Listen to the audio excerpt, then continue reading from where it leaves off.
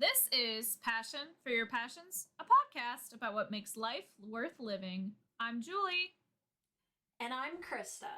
And on this episode, we're going to talk about tea. Alright, so now that it is actually officially the spooky season, I can now be on my shenanigans and ask a bunch of really weird, strange questions. So, Julie, here is the strange question I have for you today. Do you think that a roller coaster could be haunted? And if yes, what does that look like? Or, well, I guess, wait a minute, let me rephrase this. Do you think that a roller coaster could haunt you? No. I just ruined your question.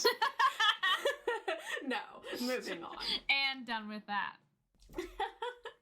Okay, so, like, when I've thought about this, like, one of the things that comes up to me would be, like, if you were standing in a field and you look behind you and then you see a roller coaster and then you look back and the roller coaster's gone. It sounds like Roller Coaster Tycoon if you just, like, deleted it and all the people, like, fall out of it. Yeah. Maybe that's how you get haunted by the roller coaster, is all the crimes that you committed in Roller Coaster Tycoon. I mean, that'd be a reason to get haunted. I would have a lot. I think more likely the attack it would make is, like, it would have you constantly feel that sensation of, like, anxiety, fear right before you, like, have the fun part. So, I mean, it's just, like, a constant state of anxiety. Or kills you. I think a roller coaster can be haunted. I don't think it can haunt people, though. Like, you could have people that keep dying on this roller coaster because something goes wrong because it's haunted by the soul of some carny. But I don't think it's gonna, like, follow you anyway. Maybe you would, like, look at the roller coaster and it would have, like, cobwebs on it and stuff and, like, a sheet, so that way it looks like a ghost. They're huge! I don't understand. They're huge! Like, and you look at it and you're like, this roller coaster's seen some shit. I'm not getting on that. If you're in your house, it's bigger than your house. It can't just appear. You just see a beam. Like, you wouldn't see a roller coaster. You just see, like, a seat or the beam, and you'd be like, I don't know what that is. Well, what if you just kept seeing images of tiny roller coasters just everywhere? Like mini versions? That just doesn't seem scary. Like you're about to go and drink a glass of water, but before you do, there's a vision of a roller coaster. No. I don't see it. I'm not about it. Okay. Well, anyway, maybe I'll come up with more interesting, spooky questions. I don't know. I think, like, ghosts are interesting, mainly just because there's a lot of different kinds of ghosts, and there really doesn't seem to be a lot of continuity. Like, sometimes a ghost can just, like, follow you and haunt you, but then other times, like, a ghost is just, like, tied to a place and now is a roller coaster. No, there's Casper. Yeah, he's just fine. He's just cool. Like... Yeah, it's almost like people are saying, like, we see a lot less ghosts nowadays. It's like, yeah, it's almost like we're bored out of our gourds for decades and just saw shit. And, you know, how many drugs were legally in the products that we just everyday kids eat and stuff. Like, I'm not surprised they saw shit all the time. Yeah, and maybe everybody in the last 100 years or so has died just finishing their business. Yeah, we've got the internet. Maybe all the business is finished and we've got, like, communication, so on and so forth. It's a lot easier. And also, people aren't dying young as often.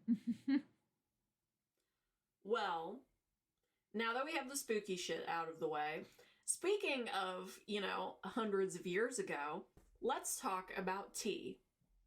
I'm funny because I commit. C-O-M-M-I-T-T-T-T-T-T-T-T.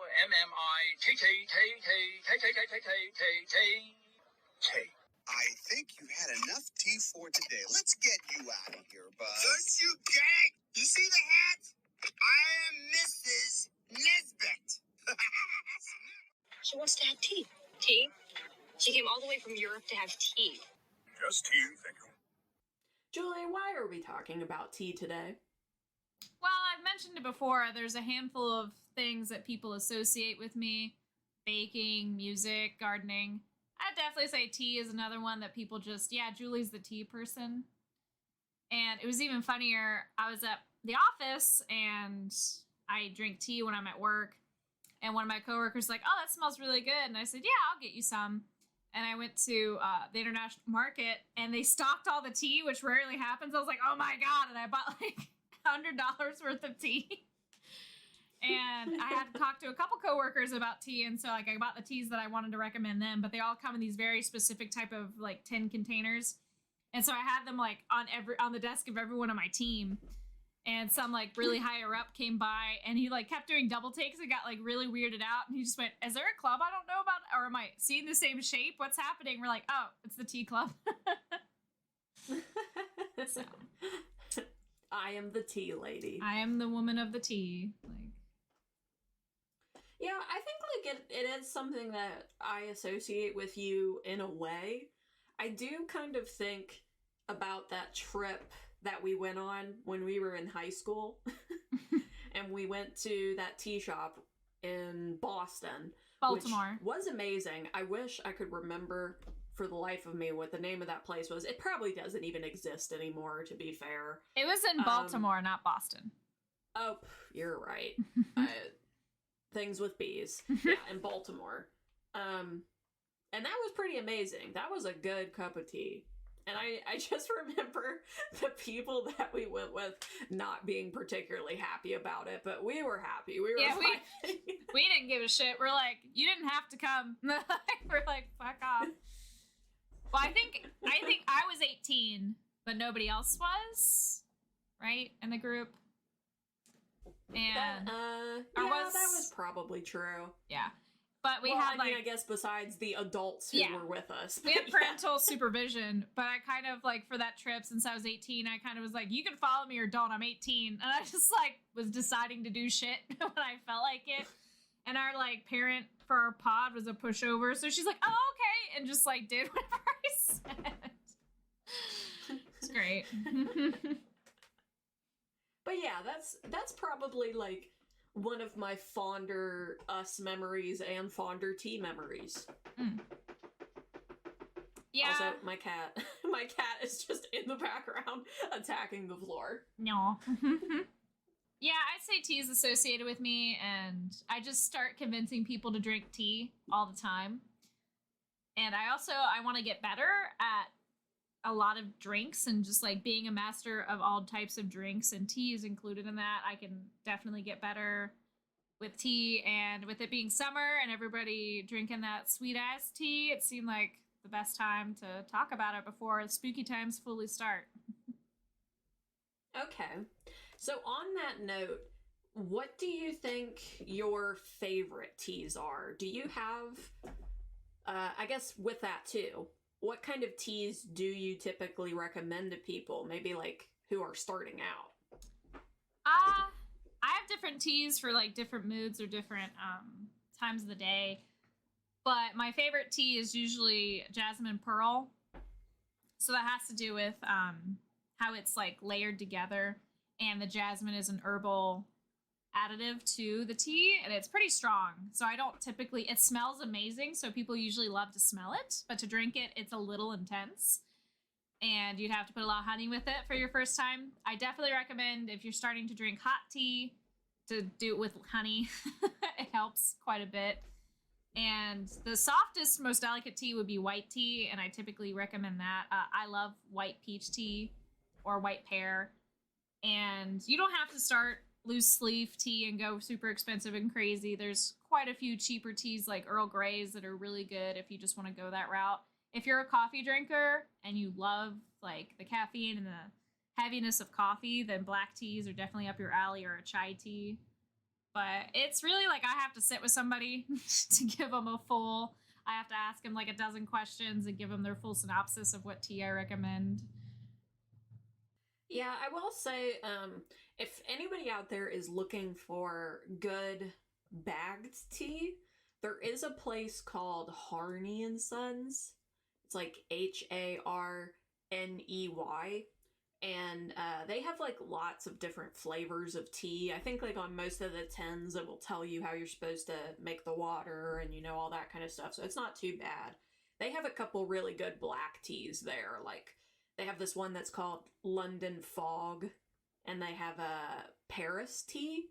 Both of those I really like because they've got like, they're black teas, but they've got almost like vanilla-y undertones to them. So it's just kind of, I don't know, it's pleasant. It's hard for me to describe, but it's pleasant. Yeah, I mean, just start reading them. It's kind of like wine.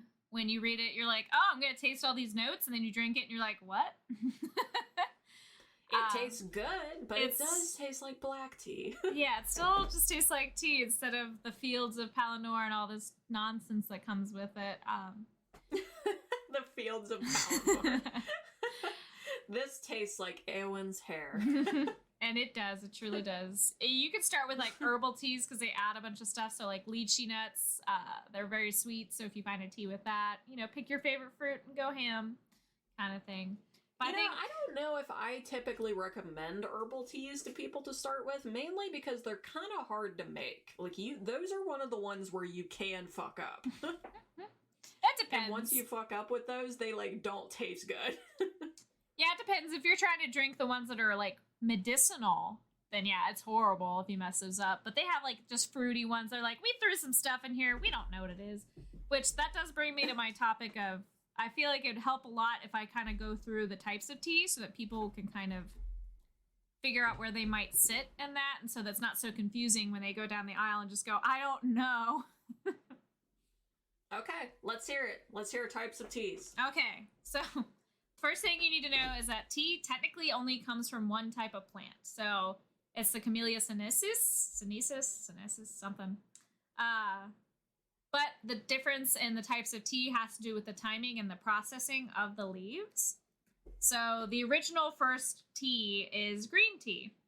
And green tea is fired to prevent oxidization, and it's the very first step. So essentially they're cooking it, and that's the very first step. So before the oxidization is what makes it darker, what makes it black, and so on and so forth. And this is to prevent that so that it doesn't air out. It essentially just gets like cooked immediately.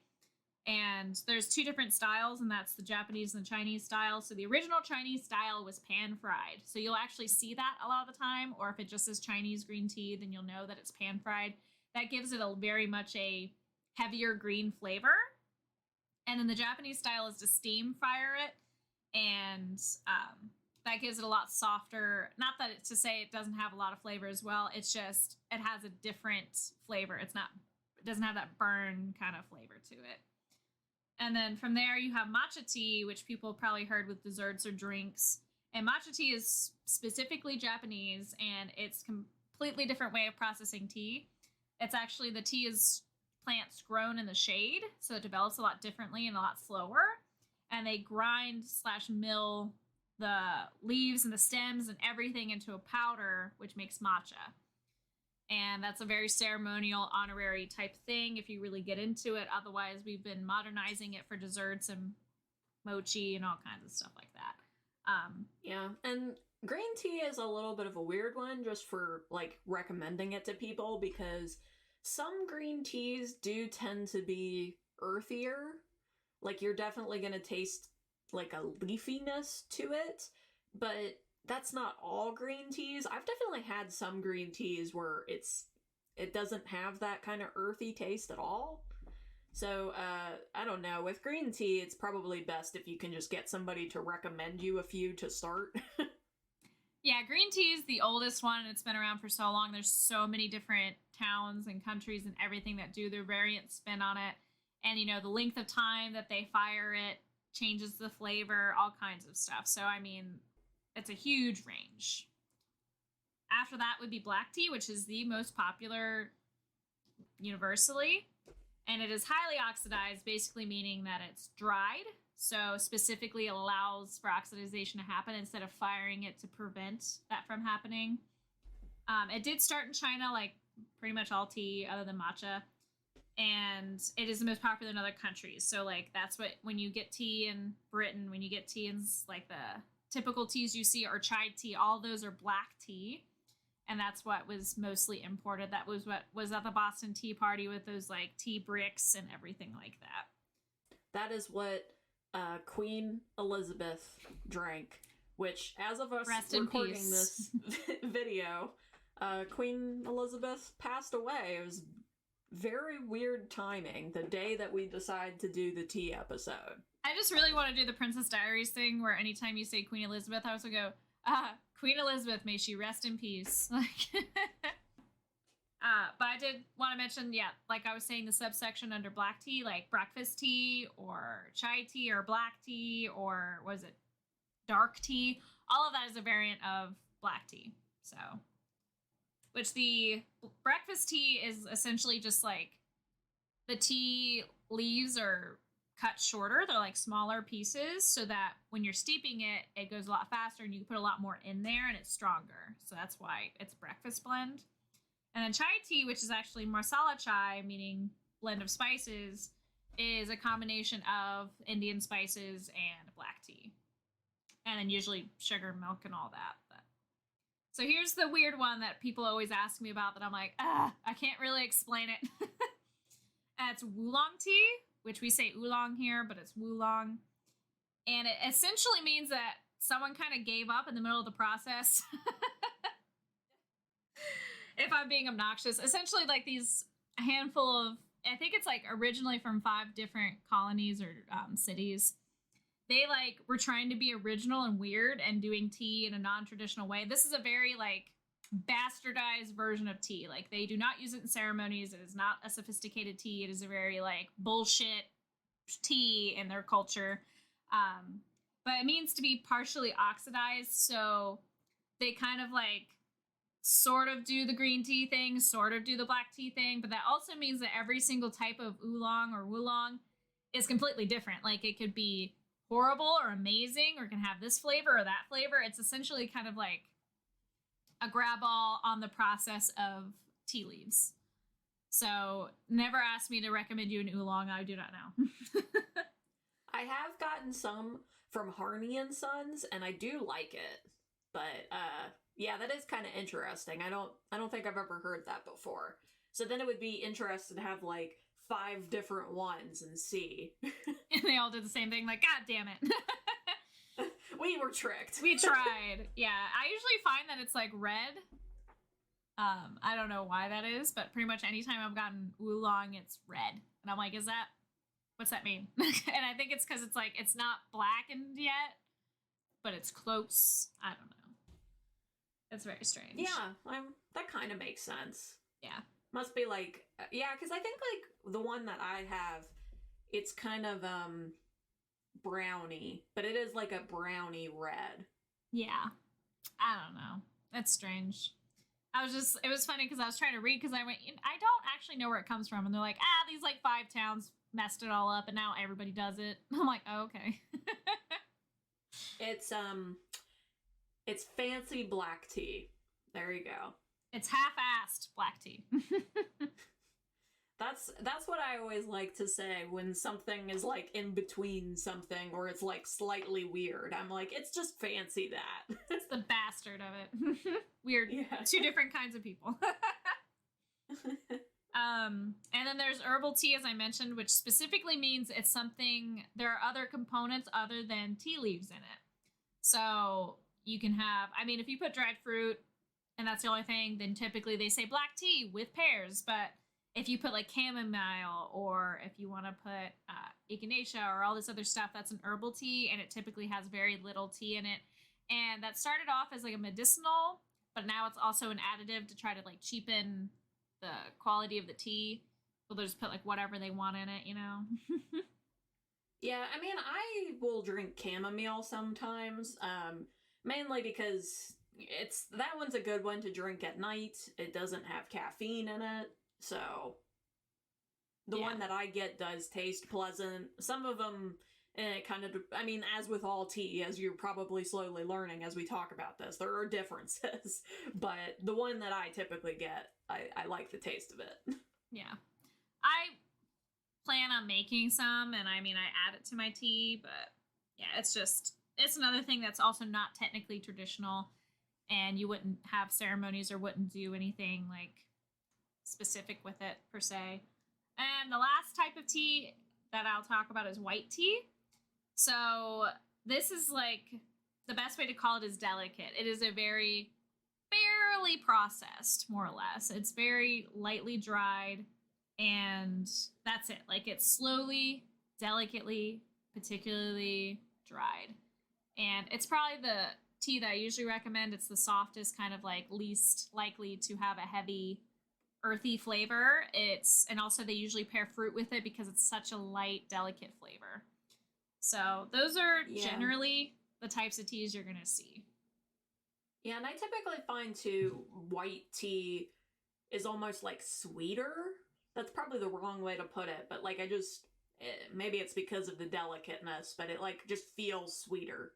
Yeah, I very, very rarely see white tea by itself. And if it's by itself, it's like the Silver Needle, super sophisticated, like $60 an ounce kind of thing. So it's typically paired with like lemon rinds or pears or whatever else to kind of give it a fruitier, lighter, sweeter flavor. And yeah, if you're trying to go for a white tea, I haven't met a peach or a pear white tea that I didn't like. I've had ones that I'm like, well, this is manufactured, but they all still taste pretty good. Well, with all of this being said, what do you think about the varieties of tea? So, things that, people in Great Britain might frown upon, such as the sweet tea. Ooh, yes. I didn't actually mention the sweet tea, but that kind of goes into my history buff. So let me see. I'll briefly talk about sweet tea. I love sweet tea, and I think that's where my love of tea started. And when I think back to like high school years, I always had sweet tea. Yeah, you and I, man, we would fucking down some brisks. Yeah, we would fuck up some tea. I don't even know if they still make brisk. Yeah, it didn't matter what the quality. We were like, it was all not about good it. tea, but man, we would drink it. We would fucking chug them. They were the best. I think that is where like my connection started. Is I lived in southern Georgia for a while, and I mean, everybody drank tea all summer. Like, it was a huge thing.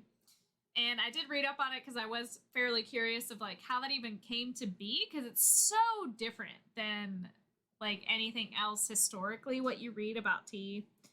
And it's hard to say exactly when it started because, slavery and stuff, like who technically started doing it. But essentially it was like the late 1800s when tea started showing up in America, because it was started in Britain in the 17th century and, basically came over eventually. And they started with how they processed it. They processed it with sugar. So it used to be that all the tea was hot and you'd add your sugar, add your pieces. But in I think it was 1879 that there was a recipe found for green tea specifically that they put ice and sugar and then put all the liquid in there to kind of cool it off so you could drink it faster. And yeah, so there's a published recipe that was dated back then. But that still isn't what we call sweet tea. Sweet tea is made with black tea. And black tea wasn't used until the 1900s here. And it was always served hot. But there's a town that says it's the number one starter for sweet tea.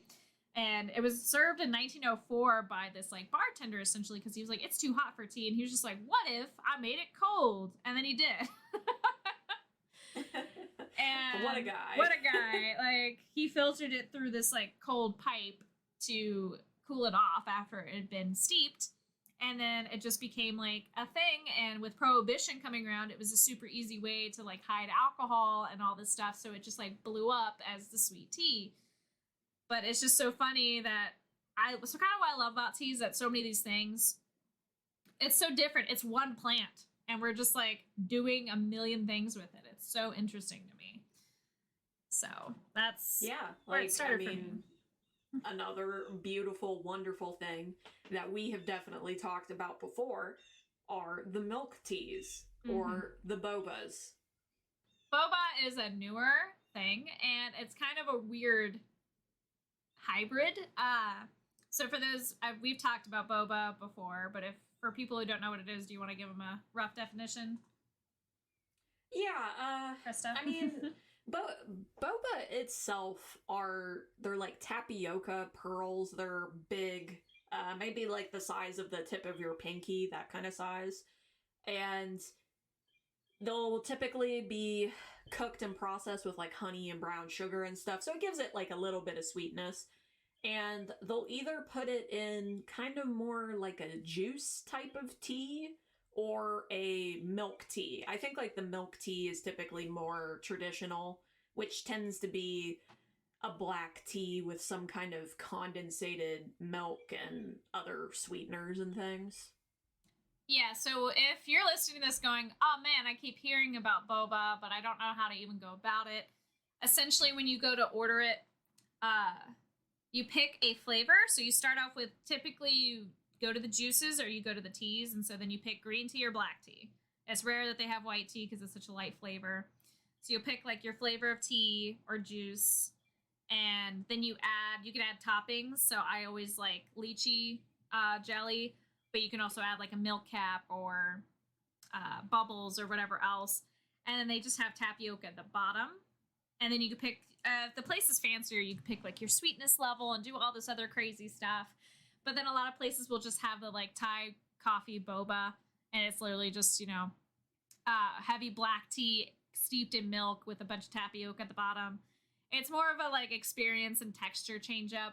There are quite a few flavors that I absolutely love. I tend to go for the juice more than the milk because it's like a cool, refreshing thing for me, and the milk will make me sick if I drink it too quickly. Yeah. That is fair. Like, boba itself is kind of a weird thing. I'm not really sure that everybody would like the boba, like the tapioca pearls things, but I'm pretty sure most people would like milk tea itself because it tends to be sweeter, dessertier. Honestly, to me, it's like kind of equivalent to like a drink you would get at Starbucks. Like, I don't know. It's not quite like the original tea anymore. No. It's just so sweet and different. No, and when I've taken many of people for the first time to get their boba, and typically what I do is, because I don't really like the boba part either most of the time, is I get them to get a bubble. So the bubbles are juice. It's juice. Bubbles at the bottom. It's, what's it called? Emulsifying. It's emulsifying juice and putting it at the bottom. So they pop and have juice in them. They're not the chewy tapioca. That is part of the experience, but for your first time, if you're not sure, I always make them do the bubbles because it's like a half step towards that concept. But if you're the type of person that's just always daydreamed about eating tadpoles, I mean, there you go. That's how I would describe it. I would not describe it that way, but fine. Yeah, I don't like know. it. I mean, I like boba. I mean, it kind of depends on what mood I'm in, whether I like the pearls or the popping bubble ones. Because some of the popping bubble ones just taste better with certain teas. Like, if I get a mango tea, it tastes good with like a fruity boba, basically, or a fruity exploding boba, popping boba. Yeah, I go for the jelly if I go to the best place. I'm like lychee jelly for the win because I just like that texture a lot better. But to give you kind of a brief idea of where boba came from, if you're curious, it started in the late 80s. So, I mean, it's pretty recent considering everything in the whole history of tea. And it's hard to say where it came from exactly, but the term boba is Chinese to mean tapioca. It's like their slang for tapioca. But it seems like all of the processing and the evolution of it come from Taiwan because milk tea comes from Taiwan. And the whole juice adding to it and so on and so forth is very like Taiwan style. But then the milk caps and adding those like pieces to the toppings is more Chinese. So it seems like, to me at least, it like very much goes back and forth and evolving. And now it's in the States. I don't remember boba when I was young. So I mean, I would say it's a pretty recent addition to the States. Oh yeah, I think it maybe started kind of more in some of like the parts of the U.S. that are a little bit more Like New York and LA. And... Asian. Yeah, like I think California, like particularly, and then yeah, I think it just kind of slowly moved its way to other parts. Right. It definitely wasn't around when we were kids. No, because I would have been obsessed with it. But I didn't see it in shows. There's no piece of this forged, like, childhood memories that I could say that boba was a thing. So. Oh, and I will say, too, with sweet tea, I definitely do like sweet tea. Like I said, Julie and I crushed some brisks. But, I think, like, my only thing about sweet tea is sometimes people make it too sweet. Oh, 100%. Yeah, when it's too sweet, it can be a little bit sickly for me, but like if it's a good medium sweetness, I definitely like it. I make a very, very strong sweet tea, but I also add lemon to it. I'm a half and half kind of girl, so, or Arnold Palmer, whatever you want to call it. And yeah, mine's like dark, dark sweet tea with lemon. I guess, like, the thing, though, that I would say for, like, you know, especially, like, if you already like things like sweet tea, you know, there is a whole world of other teas out there. And, I mean, when we were a bit younger, there used to be a few tea shops that were a bit more prominent. It is a little bit harder, particularly in the area where we live right now, to get as good of tea as what we used to be able to get. But if you can go to a tea shop and get somebody to brew you some teas, I think, like, it can help. It can definitely help you to widen your perspective of this and get some teas that are just genuinely pretty good. Yeah, and the process of buying tea is very interesting in and of itself, because they'll, like, waft it to you. Yeah, yeah. And you'll spend, if you actually are interested and it's like a fun thing you want to do, you'll spend a small fortune on tea, because you'll like get the teapot, you'll get the containers to hold the tea to make it airtight, to make it super fresh, and you'll buy this tea and then you'll figure out it's like $40 an ounce, and you would go, oh my god, and then it just keeps going.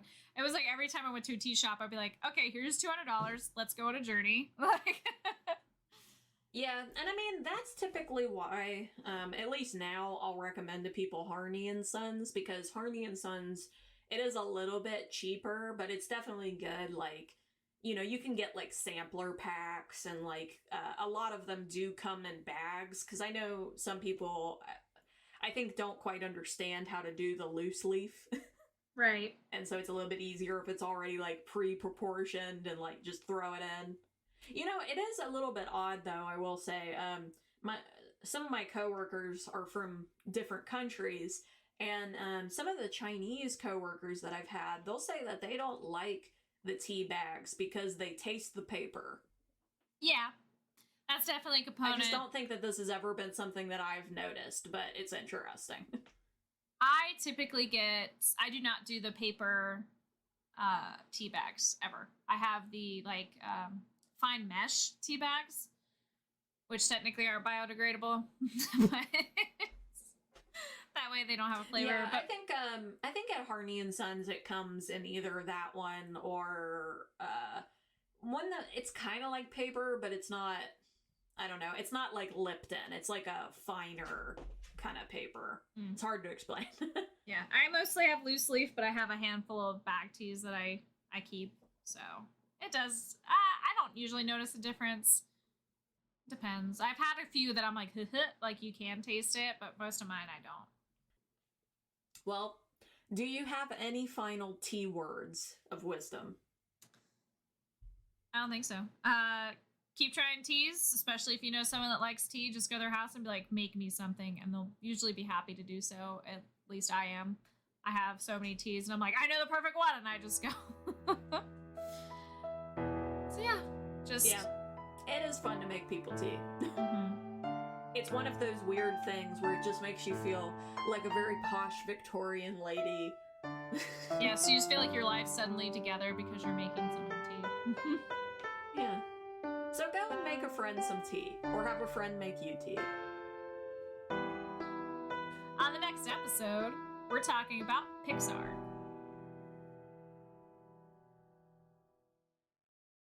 Okay, well, I mean, Yeah, sorry, it's a little bit distracting because my cat is going underneath the little, like, things that I have the chairs on. Yeah. It's a little distracting. Little cutie. She also, like, because one of them, there's, like, a sticker on the edge. She keeps attacking the sticker. There's nothing to attack. It's on the thing. It's She a can't, sticker. like, it's not moving. And she just, like, she'll attack it, and it's like, it's like, what are you doing, Stop? What? Even if you get it, there's nothing to get.